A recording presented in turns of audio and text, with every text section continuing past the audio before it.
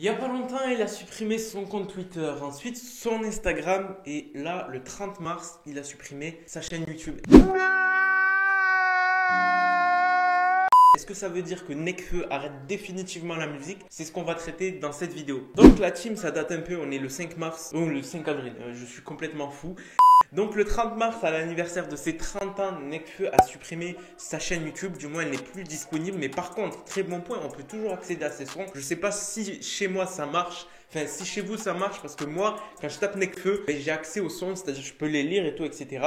Mais par contre, je peux plus accéder à sa chaîne YouTube. Donc il faut savoir que cette chaîne YouTube a été sa première chaîne YouTube où il a commencé à faire du rap. Donc du coup, si vous allez sur sa chaîne YouTube, vous mettez les vidéos les plus anciennes avant, bien évidemment, là vous pouvez plus le faire, mais vous pouvez suivre ce qu'il faisait avant et tout, etc.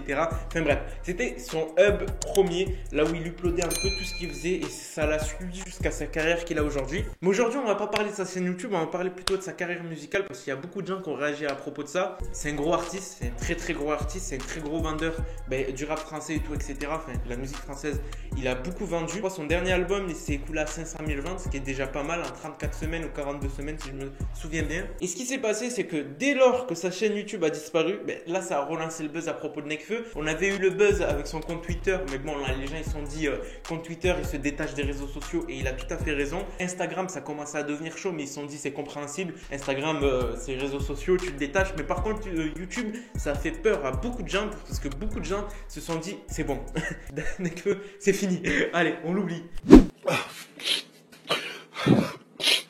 Pourquoi ils se sont dit ça? Tout simplement parce que Nekfeu laissait des messages dans ses musiques. Il laissait beaucoup de messages. L'un des messages qui m'a le plus troublé, où j'ai pensé directement à ça quand j'ai vu la chaîne YouTube se faire supprimer, c'est dans la musique avec Tricheur et Damso, où le refrain où il dit j'arrête tout ça maman, bientôt je change de vie et je change de ville. Quand tu dis change de vie, bien évidemment tu changes de profession et tout, etc.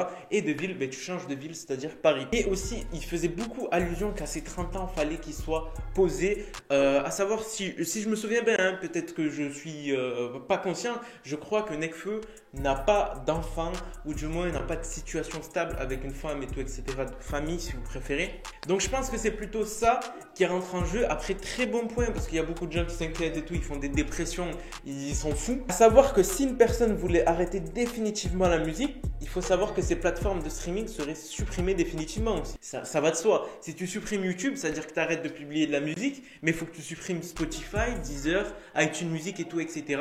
Et ce qui veut dire que tu arrêtes définitivement la musique. Donc ça, c'est pour répondre à l'inquiétude de beaucoup de personnes. D'autres personnes disent aussi que c'est plutôt une annonce qu'il va faire. Donc il a supprimé petit à petit, comme je vous l'ai dit, il a kill Twitter, Instagram et YouTube. Et à ce qui paraît, il va sortir un album. Personne ne sait. Son entourage n'a pas communiqué à propos de ça. Personne n'a parlé. Que ce soit son entourage proche, les artistes, l'entourage et tout, etc. Enfin, l'entourage, le groupe. Personne n'a laissé de message à propos de ça. On aurait bien aimé avoir un message de Nekfeu, tu sais, qui dit voilà, j'arrête le rap et tout, etc.